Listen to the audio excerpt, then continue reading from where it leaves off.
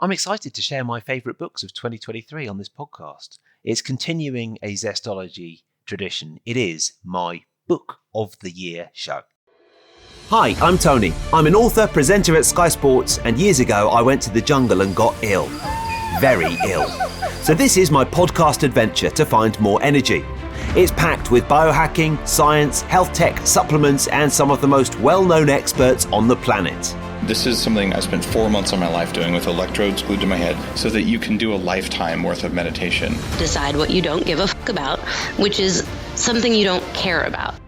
Some of it gets quite out there. I had some stem cells sent up to my house that I had stored, and then I injected myself with mannitol. And we even hack hangovers. Alcohol is poisonous. So is water and oxygen in the wrong dosage. So that's my podcast, Zestology. Live life with energy, vitality, and motivation. Hello again, welcome back to Zestology, continuing the tradition of my favourite books of 2023. On today's podcast is a solo podcast, and I've picked out my top 6 books for biohacking and blissful living. And my top picks this year are in biohacking, wellness, meditation, microdosing and psychedelics, mindset, and fiction. And I've even picked my favourite TV show for you as well, a little bonus. Yeah, I like to do that as well. I like to throw in one TV show. In the past, it's been a Netflix show. This year, it's a Disney show. It's for adults, not kids. Don't worry. Don't worry. My son has watched plenty of Disney Plus over the last year, but I'm not going to inflict any Spidey on you. But it is my Book of the Year show, and I always really enjoy this. And this solo episode was going to be recorded on the beach, and I started recording it on the beach, but I just realized that this Book of the Year show needs thought, and it also needs some notes in front of me because I wanted to read you short excerpts of each book or some of the books that have had an impact on me this year. Before I start today's podcast, I wanted to just briefly mention that something that's been on my mind about books, and that is I think that I work very hard on my attention span and giving myself enough space and time in the day to relax and switch off. And I find nothing more relaxing than reading fiction especially, but just reading in general. And I have found over the last year, I worry that I read probably 15 to 20% less than I used to. I've still read a lot of books this year, but I just worry that, like so many people, the demands of modern life and the demands of our device and a limited amount of time, let's be honest, during the day to actually focus on everything means that something that is getting squeezed is books. And I wanted to mention this because I don't want you to listen to this podcast and think, oh, he's so amazing. He reads all these books and I never have time to read anything. I feel like my reading has been a little bit squeezed this year. I've still got through some books and I've still got through a lot of good books. But one of my resolutions for 2024 is to start to make more space and be very conscious of the space that I make to read. Often I'll read before I go to bed at night, and if I read non-fiction, it normally sends me off to sleep within around 15 minutes, and if I read fiction, I can find that I'm reading 3 hours later. So even though I love reading fiction in bed, I try to read non-fiction in bed just because I go to sleep quicker. But anyway, it is time for my Book of the Year show. And if those thoughts have resonated with you on reading a little bit less, I would love to know what you think about that. At the end of the podcast, I'll be telling you about my books because I've got a new book coming out soon as well. Be a little bit of a mini reveal. And I will, of course, give you the TV show as well. But I want to start by looking at a Zestology interviewee. Arthur C. Brooks wrote my first book of the year in 2023. It is called From Strength to Strength. It asks some deep questions about identity as you move into the second phase of your life. I loved this book. I can't remember how I found out about it originally, but I think it was Tim Ferriss's email newsletter that recommended it. And he said he'd been enjoying it, and I started reading it. And that was one book that did not send me off to sleep when I was reading it in the evenings in bed before going to sleep. It's an excellent, outstanding book. And you might say it's about the second phase of life and how to make that meaningful. And I loved it so much. Straight away, me and my podcast producer Alison, we contacted Arthur and he came on the podcast. So if you want to listen to Arthur C. Brooks, you can go back over the podcast archives and listen to him. I think it was around July that he was on Zestology. And that was when I was reading the book as well. And I've picked out a little excerpt to demonstrate what I mean, because he sort of makes the argument that in the early stages of adulthood, you're all about drive and ambition and getting stuff done. And as you get older, you're not as good at a lot of things that the younger people are. You haven't got as much energy. You are proven to have less cognitive power. There's a lot of things that just don't work quite as well as you get older. But one of the things that you can always improve at is helping other people learn and communicating and giving back. That is one thing that you can carry on doing all the way up until you die, basically. And that is all about a sense of purpose. He also makes the argument that if you carry on trying to do what you did in your 20s at that same pace, it's a recipe for disaster because the young uns will overtake you. So let me read you this segment from Strength to Strength by Arthur C. Brooks, my first book of the year for 2023. Visualize yourself at a party. Someone asks, "What do you do?" You answer not with extrinsic stuff like your job title, but with what you know will give you the most purpose, meaning, and joy. Involve your spiritual life, your relationships, and the way you serve others. Don't imagine yourself saying, "I'm a lawyer." Imagine yourself saying instead, "I'm a wife and a mother to 3 adult kids." Don't worry if you don't quite believe it at first yourself, that this is what you truly are and what you do. You will speak this truth into existence in your life. It's difficult to describe adequately the depth of the rewards that one enjoys when relationships become your official source of meaning and fulfillment. People compare it with finding buried treasure, with the only sadness being that it didn't happen earlier in life. Writers elegize the bliss of love and friendship. As Ralph Waldo Emerson said in his joyful essay, Friendship, I awoke this morning with devout thanksgiving for my friends, the old and the new. So there you go. That's an excerpt from Strength to Strength, Arthur C. Brooks. And as I said, it asks some deep questions about identity. And you sort of get a sense there of him very quickly digging into what's really important in life. And that is not sending an email to Bob in accounts at 3 a.m. when you could be doing something more important like sleeping. My second book of the year is one I'm reading at the moment, and it is Morgan Housel. Morgan Housel has written a much anticipated follow-up to his book, The Psychology of Money, which I very much enjoyed a couple of years ago, and I may well have mentioned on the equivalent Books of the Year podcast a couple of years ago. He would readily admit that his psychology around money is quite boring. It's essentially save lots, pick relatively sensible investments, do the same thing over a period of a lot of years, benefit from compound interest, and repeat. And there you go. You don't have to read the book now. It's still very good.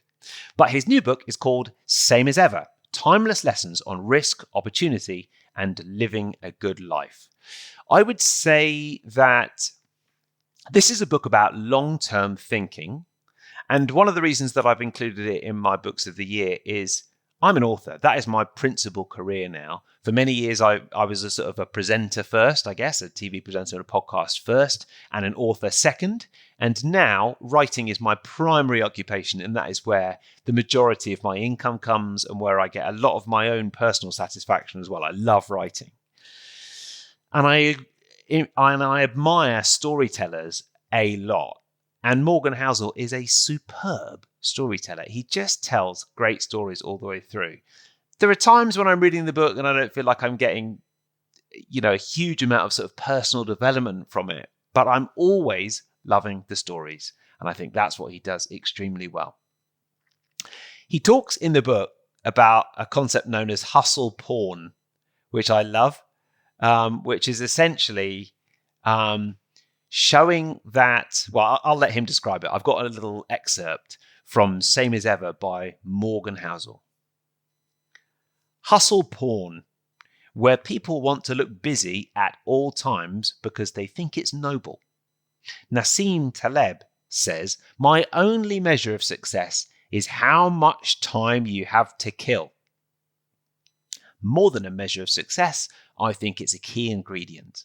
The most efficient calendar in the world, one where every minute is packed with productivity, comes at the expense of curious wondering and uninterrupted thinking, which eventually become the biggest contributors to success.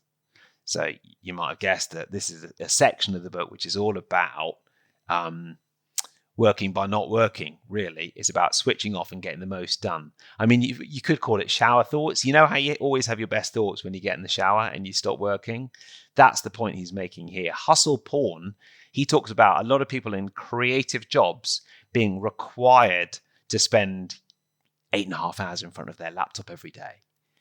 And he says, what would happen if a lot of those people went to their boss and said, I have found a way to double my productivity and be more creative and be more beneficial to you. And it is for me to go for a 2-hour walk every lunchtime. What do you think the boss is going to say? That's the point that he's making when he talks about hustle porn.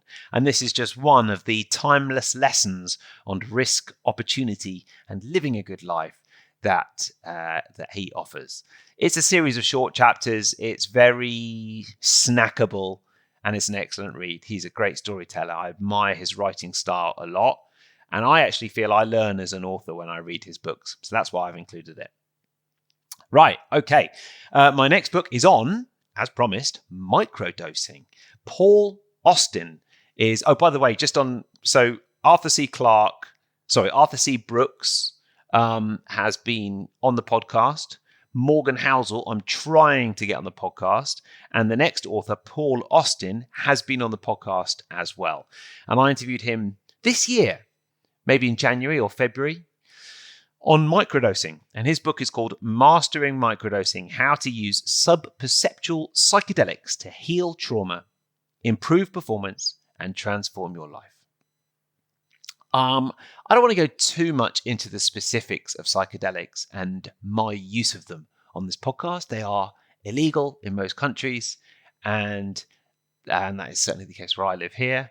And when I interviewed Paul, I was sort of relatively interested in microdosing, all sorts of different things, psychedelics and microdosing, anything from coffee to something more. But since then, I have read his book cover to cover, and it is utterly brilliant.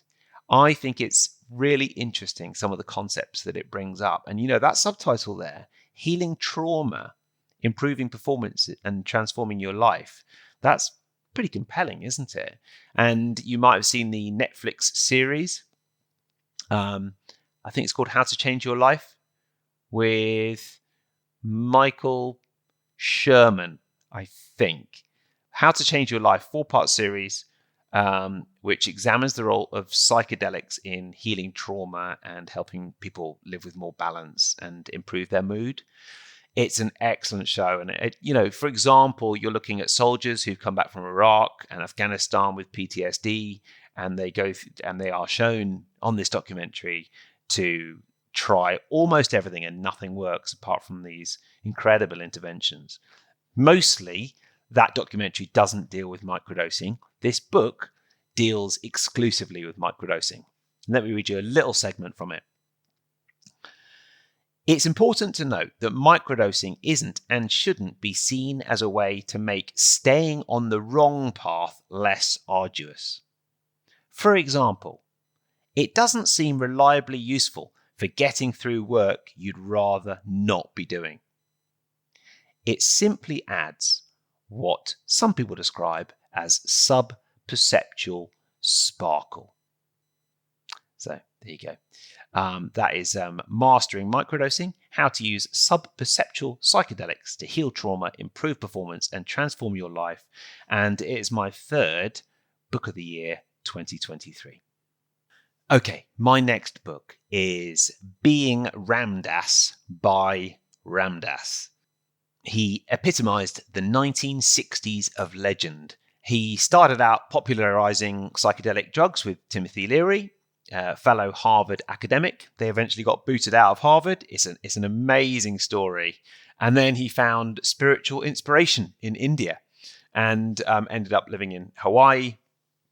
And funnily enough, this is a book that I really struggled with because, and this is going to offend a lot of people who listen to this podcast, because obviously my wife Faith absolutely loved the book and she recommended it, and I really enjoyed the first half. I absolutely loved the whole section, all the tales around Timothy Leary and how they stood up for what they believed in, and then it eventually left Harvard and went and set up this sort of weird psychedelic cult in the middle of nowhere. It's a great story. And then he goes to India and he meets his guru, and he leaves as this sort of long-bearded, barefoot, white-robed, you can only really describe it as a guru himself. And from that moment on, I did slightly struggle.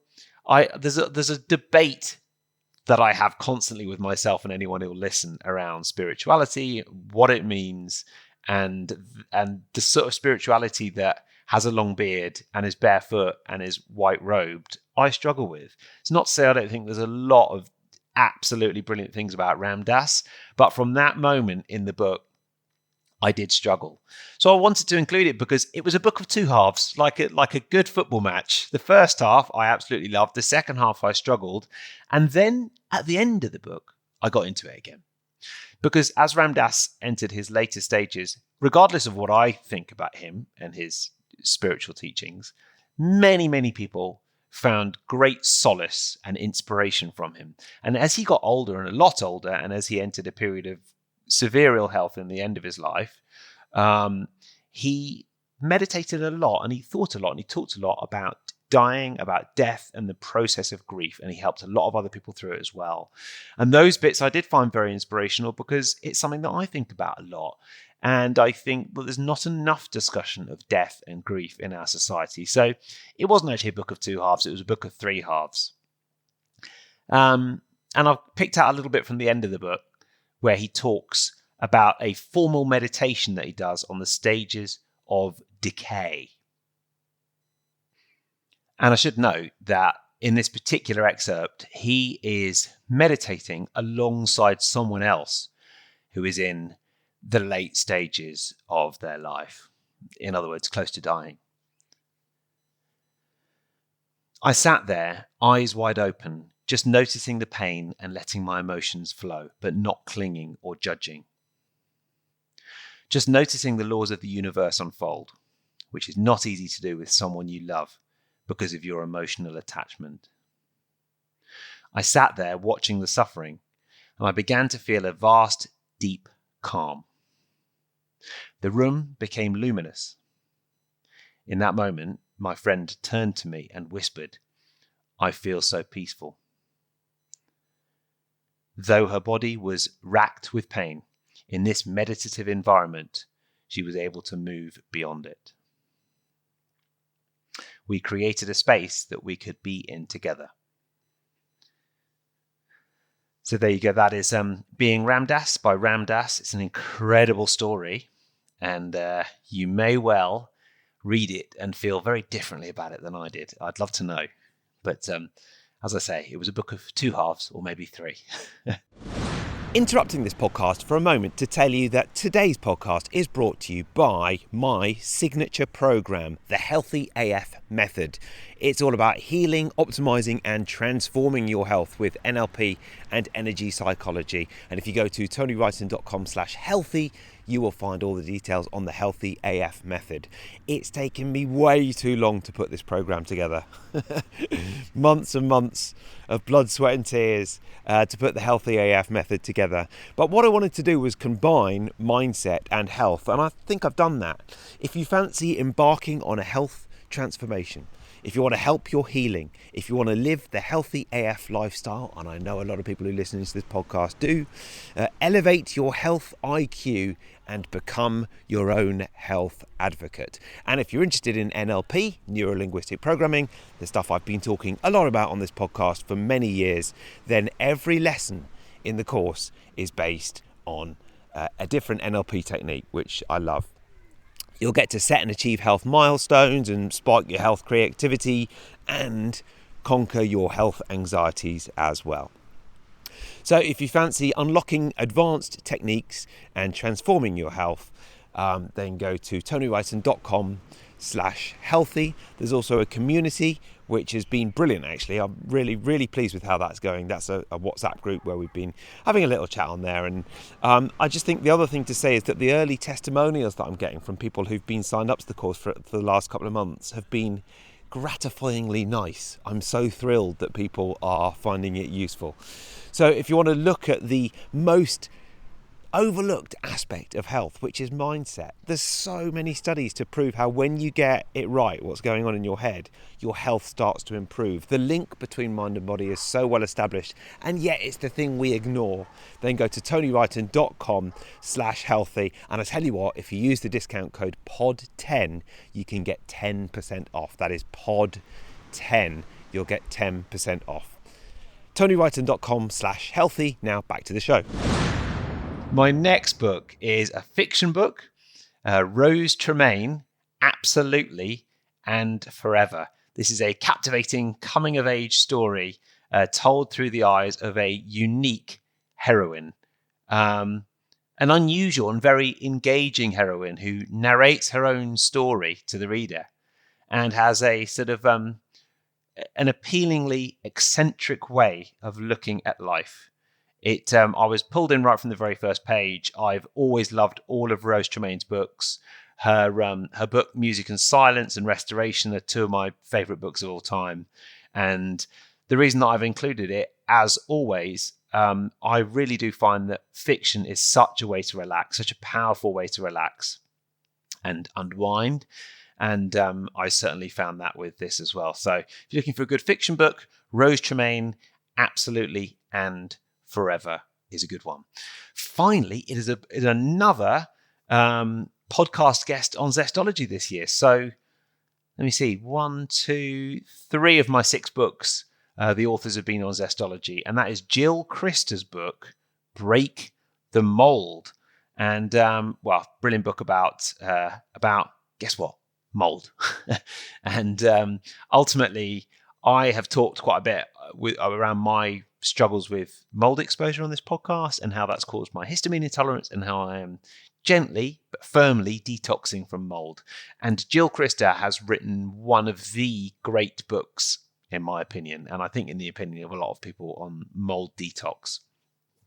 So you can look for books and content written by Shoemaker and Neil Nathan, as well as also written an excellent book that I've read on mold. But Break the Mold by Jill Krister is another book. You know, I told you about storytelling and how I admire storytelling. And I loved her story on the podcast about how even though she is a practitioner that specializes in mold, she moved to a new house and she didn't realize that there was mold in the house and her family and her were getting progressively sicker. And this is her career, and she didn't realize. That's how hard it is to spot mold exposure, mold in the house, and to deal with it effectively when you are exposed to it. I've picked out a little clip that is relevant to all of us on Zestology, whether you are suffering from mold exposure, whether you've had previous exposure to mold, or whether you're just interested in being healthier. Whether you're just a Zestology fan, you'll enjoy this. It's about circadian rhythm. And she says this: circadian rhythm essentially means daily body rhythm, like an inner clock. It dictates many of our automatic body systems, processes that happen in the background without our conscious direction. We don't have to think about them or direct them, yet they happen anyway. Examples are digesting food, making tears to hydrate our eyes, pumping blood through the heart, healing a cut, getting sleepy, and so on. Believe it or not, these types of body activities are driven by nature's cycles and the seasons. Unfortunately, the further we've gotten from nature, the more confused those systems have become. A prime example is sleep. Normally, when the sun goes down and light fades, we get sleepy. But artificial lighting overrides this natural cycle and causes sleep problems. Mold makes the problem even worse by altering inner circadian rhythms. The study of these rhythms, known as chronology, shows that each system works best if allowed to fully function at its best time of day or night. It's the difference between pushing a boulder up or down a hill. Doesn't downhill sound easier? So that's my last book of the year. Break the Mold by Jill Christer. I have one streaming series to recommend you as well. It's on Disney Plus. There are 8 episodes in the series, and we've watched 7 of them. And my wife is coming back from London tonight, and we might watch the 8th tomorrow. Fleischman is in trouble. You may have seen it already. I think it's been out for a little while, but it's so well observed. And I know the type of person who listens to Zestology. I just know you're going to enjoy it. Recently divorced 41-year-old Toby Fleischman dives into the brave new world of app-based dating with the kind of success he never had dating in his youth before he got married at the tail end of medical school. But just at the start of his first summer of freedom, his ex-wife Rachel disappears, leaving him with 11-year-old Hannah and 9-year-old Sully, and no hint of where she is or whether she plans to return. He'll never be able to figure out what happened to Rachel until he can finally face what happened to their marriage in the first place. It's so good and very, very funny the first couple of episodes, and then goes to a whole different place. If you like funny and drama, I just give it a chance. I know you're going to enjoy it. You only need to give it 10 minutes, and I know you'll enjoy it. And by the way, that's the same for all these books. I think the Kindle preview option is such a good device on Amazon. You know, you can get all of these books on preview, read the first 10%, see if you like it. So I'm going to recap my books now. My books of the year 2023, From Strength to Strength by Arthur C. Brooks. Dive into a profound exploration of life's second phase. Same as ever, timeless lessons on risk, opportunity, and living a good life by Morgan Housel, who reveals how historical insights can illuminate our path today. Mastering Microdosing by Paul Austin, who helps us understand how sub-perceptual doses can aid in healing trauma and enhancing life. Ram Dass and his book, Being Ram Dass. Immerse yourself in the journey of Ram Dass, who goes from psychedelic teacher to spiritual luminary, complete with barefoot and white robes. Rose Tremaine's Absolutely and Forever, which is one of the best-selling fiction books in the UK over the last 6 months or so, invites you into a world where youth, eccentricity, and a fresh perspective on life collide. And then finally, Break the Mold by Jill Christer. If you're interested in anywhere in the topic of mold, and it has been a topic that's come up quite a lot on this podcast, and a lot of people mention to me and contact me as well, then that's a good book on mold. And then finally, Fleischman is in Trouble on Disney Plus. Join Toby Fleischman on a post-divorce journey through modern dating. That's it for my Books of the Year podcast 2023. Next year is my review of the year, and I've already put that together. It is recorded on the beach here in Portugal. And as well as a review of the year, there's a little section on what's been going on in our life, including the move. Just before we go, I said that I would tell you about my books. So, as you know, as I've already said, my principal career these days is as an author and a podcaster, and my 3 30-day expert series books are doing well. Learn NLP, Stop Scrolling, and Beat Burnout. Just recently, I've discovered the joy of Facebook ads, and cautiously very optimistic with how well they're working. I've just sort of seemed to be doing some fairly random targeting and getting a lot of new readers, which is great. I'm spending quite a lot of money on the ads in the process, but hopefully that is all working out and I'm getting some new readers. I have in the background been working on a book on histamine intolerance for a while, which is catchily currently provisionally entitled Histamine Intolerance, and that is hopefully coming out in January 2024. So watch out for that. Really excited to bring that one out soon. It's taken ages to put together. I've used some of the UK's top editors actually and fact checkers in helping to get it absolutely right, because it's obviously got to be right. And it's been hard work, but I'm enjoying putting it together. I'm in the latter stages of yet another read through and edit, and that is hopefully coming out at the start of 2024. That is it for this podcast. Thank you so much for listening. As always, my review of the year is coming out next week. And a quick reminder, this podcast is brought to you by the Healthy AF Method. So if you're interested in all the techniques around NLP and energy psychology that I talk about in my books, and you'd like to learn more from me directly with direct support, then you can go to tonywrighton.com/healthy to learn how you can heal, optimize, and transform your health and life using NLP and energy psychology. I launched this about a month ago. I've been really, really pleased at the feedback that I'm getting, because we've got a private WhatsApp group for everyone who's on the method, the Healthy AF Method. And I'm considering, not confirmed this yet, putting the price up, at least doubling it, possibly tripling it. And that's not because I'm greedy, it's because I know I'm offering a lot, and it involves a lot of time to be able to communicate with people on a regular basis. So I'm not I'm not trying to egg you. Well, I mean, obviously I would like it if you get involved in the method and take the course, but just to let you know, if you are interested in it, this is almost certainly going to go up. I mean, I can tell you at the moment it's $397, and it's going to go up by quite a lot, I think, after that, possibly to $997 or maybe higher, because I'm aware that what I'm offering is good. I've been thrilled at the feedback from people taking the course so far. I'm in the process of recording some testimonials.